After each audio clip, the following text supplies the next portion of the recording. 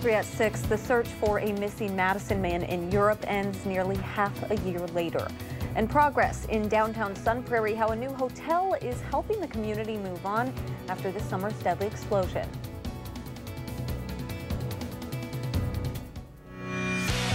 This is News 3 at 6. Thanks for watching News 3 at 6. I'm Amanda Quintana. Let's start with an update on a story we've been following since July. Police in Slovenia say they found human remains that belong to a missing man from Madison. 25-year-old Jonathan Luskin was reported missing in late July. His family says he was on a hiking trip while on break from being a teacher in Hong Kong. His remains were found near a popular hiking trail the day before Christmas Eve. Police do not suspect any foul play. Rock County Sheriff's deputies have arrested a man after they say he tried to evade police by hitting a squad car on Friday morning. 40-year-old Jess Hurley was allegedly involved in a fight, then led police on a car chase. Authorities eventually pulled a maneuver, causing Hurley's car to run into a fence. He ran away, but deputies tracked him down about a mile away from the vehicle. He's facing charges for battery, strangulation, and false imprisonment, along with resisting arrest. Things look a little differently in south central Wisconsin today than they did yesterday. We got a little snow last night and this morning. After a few days of mild temperatures, it feels and looks like winter is back just in time for the new year. Dave Caulfield joins us now with your first alert forecast. I know we're now seeing some roads that are freezing over, especially near Rock County. Dave? Yeah, Amanda, we have had some reports of freezing drizzle, just some flurries coming down on the weather patio this evening, but freezing drizzle, I've talked about this before, is so dangerous because our radar usually can't pick it up because it's so light, that precipitation, and it's hard to predict where exactly that will form. All you need is a little bit of a disturbance in the atmosphere, and we're seeing some blips on Doppler track. That's showing up as snow, but we've gotten reports of slick roads closer to Forest, also into Columbia County, now recently in Rock County, some slippery roads being reported. So if you are out and about driving this evening, you may not see a whole lot coming from the sky, but don't let that fool you. Take it easy on those roadways because all it takes is a couple of slick spots to cause a lot of problems. So we're continuing to monitor that. We should see those skies clear by the time we get to the overnight hours. But right now, cloudy skies still in downtown Madison on the Edgewater Skycam. Temperatures are below freezing everywhere. Even some teens showing up closer to Viroqua, and wind chills are in the teens. It feels chilly outside, and temperatures will continue to chill down into the low 20s by the time we start off tomorrow. Tomorrow, though, the good news I have is looking very nice with a little bit of windy conditions, but temperatures will be in the upper 30s with plenty of sunshine. We'll talk about possibly some slick conditions just to welcome in 2019 in your forecast in just a few minutes. Thank you, Dave.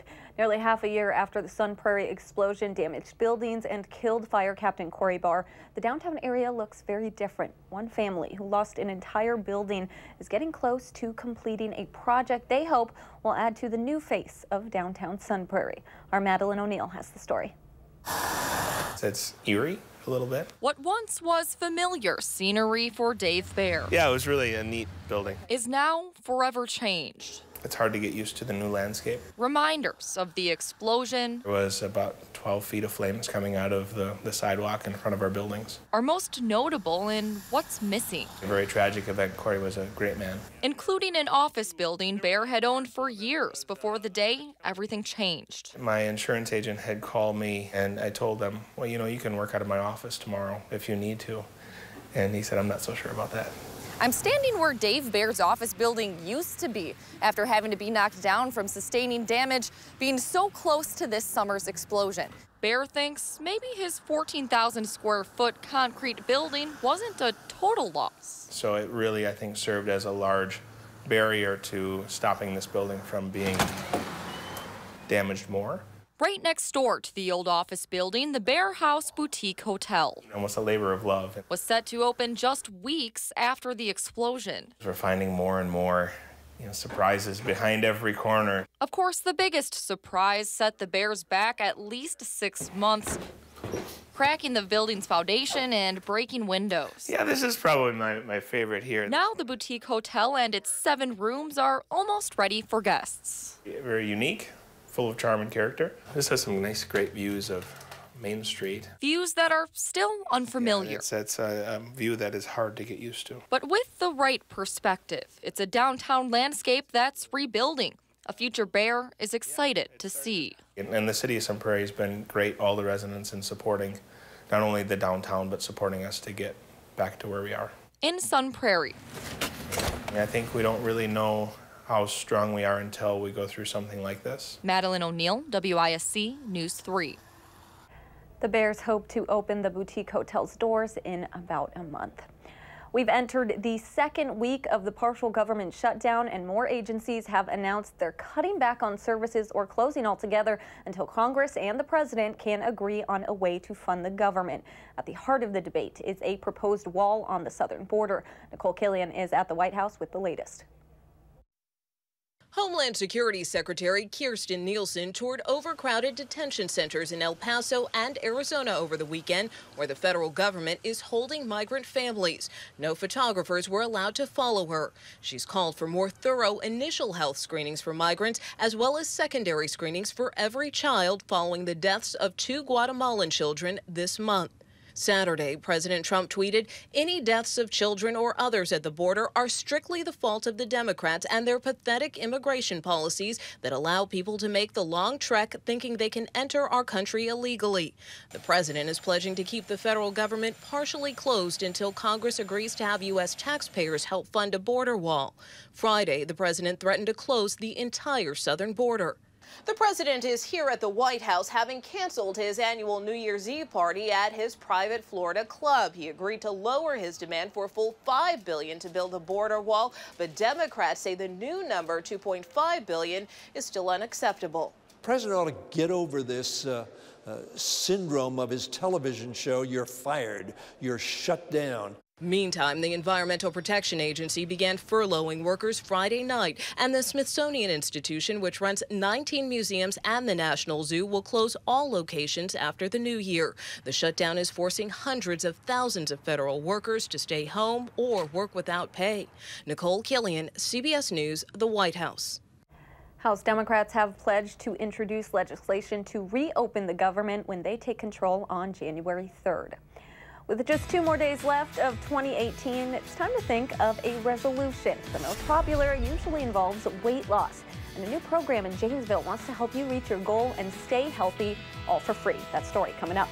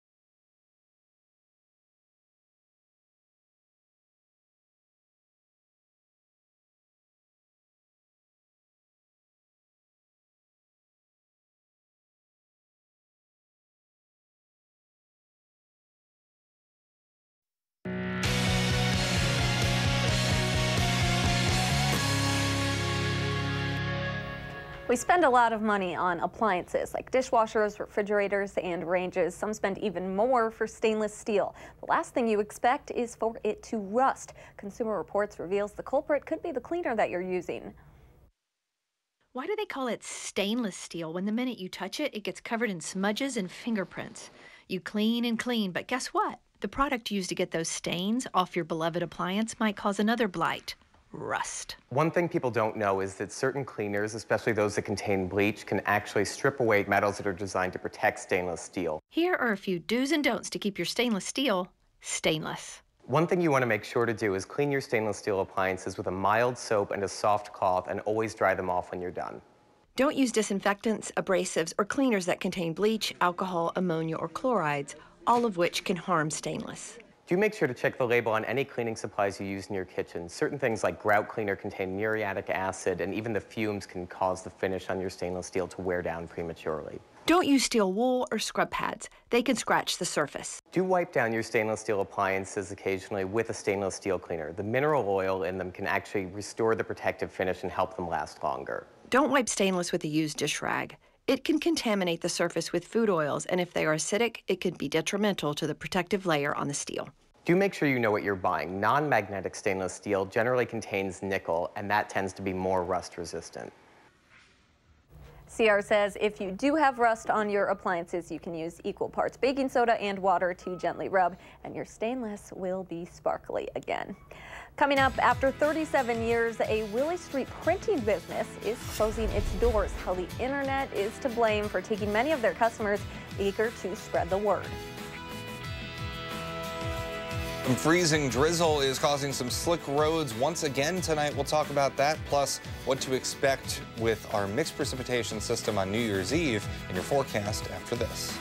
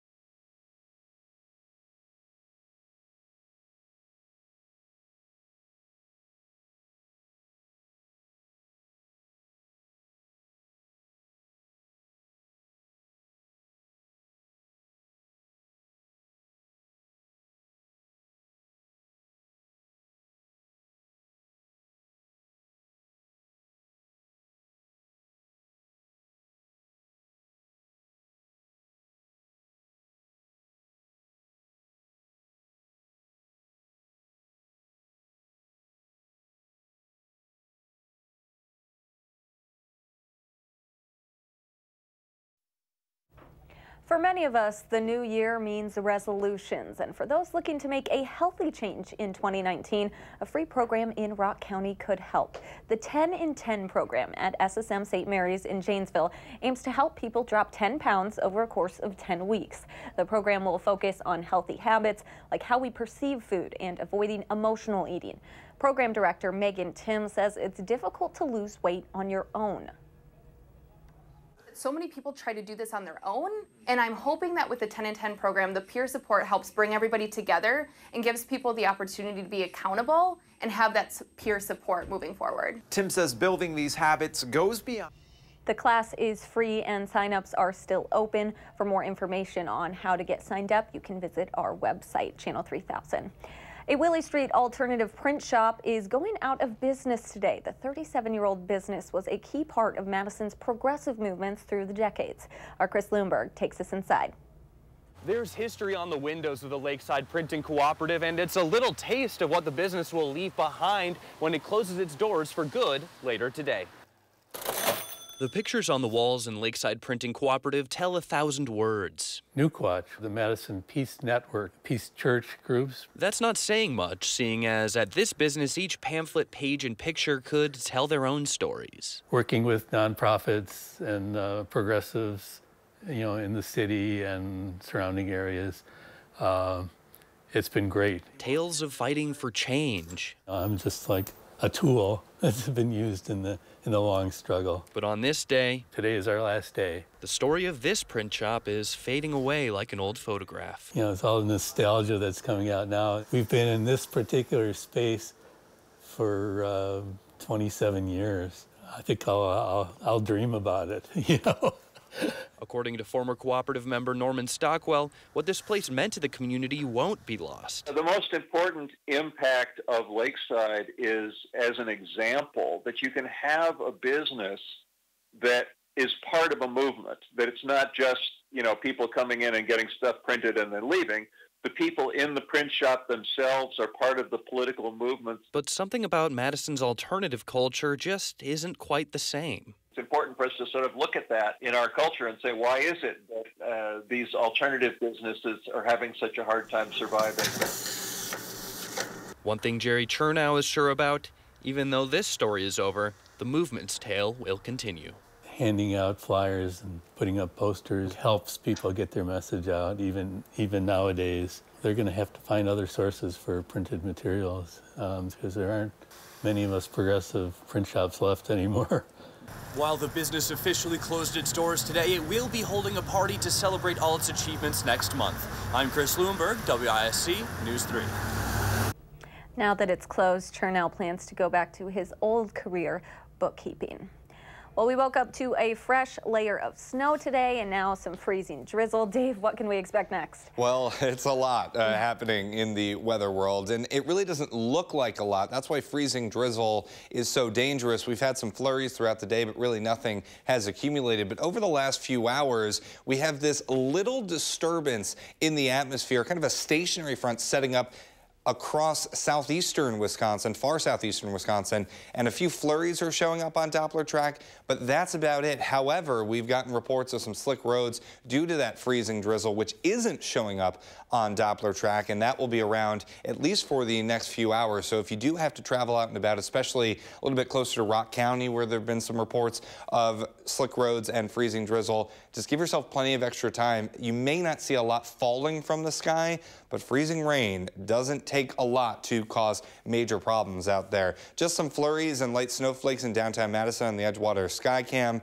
and those will be out of here in the next couple of hours. We'll see gradually clearing skies overnight. Today's high only 25, so below normal for this time of year, nowhere near the record that we set at 54 degrees. Temperatures in some other spots, 23 in Lone Rock, 27 in Rock County, closer to where those slick roads are in Janesville, and 21 in Waukesha. That's about 5 degrees colder compared to this time yesterday. Our high temperature trend, we will be in the upper upper teens and low 20s, so a very cold start to the new year. But before we get there, with temperatures at night close to 0, we have to talk about some potentially wintry weather on New Year's Eve into New Year's Day. Some more mixed precipitation is possible. More on that in just a second. Tonight, breezy, gradually becoming mostly clear. Temperatures in the low 20s. For tomorrow, we're mostly sunny, windy and milder. The banner day of the forecast is tomorrow, even though we will have that wind with us, and temperatures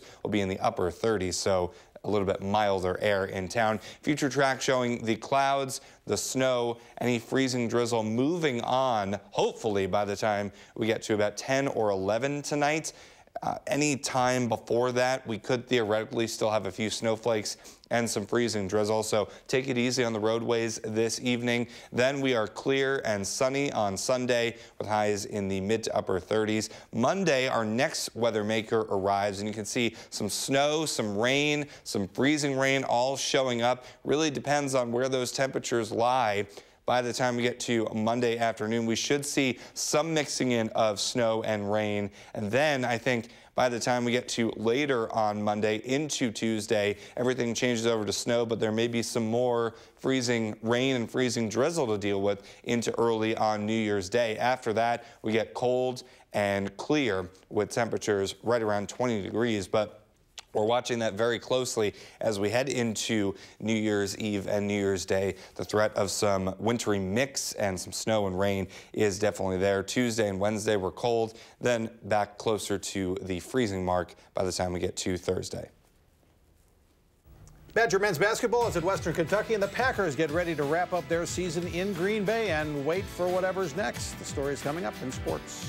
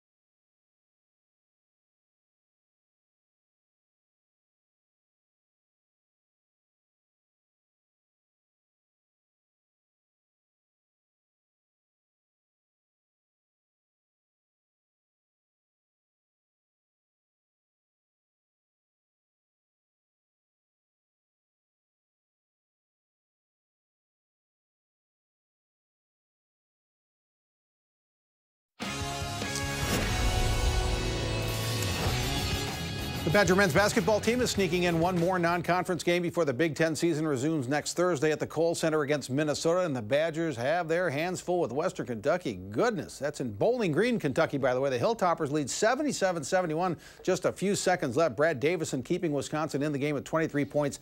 Ethan Happ, 16 points, despite foul trouble in the second half, but the Badgers not looking so good right now. The Bucks play the second game of their 6-game homestand against the Brooklyn Nets. The Nets' Jared Allen made the play of the game so far. Allen blocked Giannis Antetokounmpo at the Summit. Allen snuffed LeBron James the other night. Tonight, he blocks Giannis. But Giannis gets his revenge with a couple of dunks right after that. Late fourth quarter, it's Bucks 124, Nets 109. Now that the Badger football team's season is over, they can sit back and watch the rest of the Big Ten play their bowl games. Today, Coach Harbaugh and Michigan face Florida in the Peach Bowl in Atlanta, and the Big Ten takes another big hit. Florida runs, they score. They pass, they score. An interception return for a touchdown. Michigan was ranked 7th in the country, but they won't be anymore. Final score, Florida 41, Michigan 15. And it's college football playoff day. Clemson is crushing Notre Dame in the first semifinal late in the fourth quarter in the Cotton Bowl. And the Orange Bowl with Oklahoma against Alabama will kick off in less than an hour just outside of Miami. For the second straight year, the Packers' season will end in December. They'll play the Detroit Lions tomorrow at noon at Lambeau Field. And after that, who knows what happens to the roster and interim head coach. Joe Philbin is a realist, though, on how the NFL is a business, and the end of the season comes very quickly. And the reality is, some of these guys may never see each other the rest of their natural lives on Earth, right? Because things change in the National Football League, regardless of the win-loss record you have that particular year. So this is an opportunity for us to put together, one final game. By Monday at 5 o'clock, right? This is going to be a ghost town. And it was good to see former Whitewater star Jay Kumerow get his first NFL regular season touchdown reception against the Jets last Sunday. Kumerow has 5 catches for 84 yards this season and has an eye on the future, hoping to stay in Green Bay again next year and perhaps 4 years to come. Yeah, I was just happy to contribute, happy to help the team. Anything I can do. When they throw it my way, I just try and catch it. That's what I've been doing since I got here, so I'll try and keep doing that. These last 3 weeks are a big step for us individually and us as a team. It's going to put basically what we're going to be ready for next year. Whatever we finish off with, that's what's going to be the taste left in our mouth. So we're going to come ready. Our next Prep Mania game of the week is a week from, yesterday. Boys basketball, Madison will follow it at Madison East. You can watch it live on channel3000.com, 7:15 next Friday night. Ever have that dream where you're out in public and you forgot to put your pants on?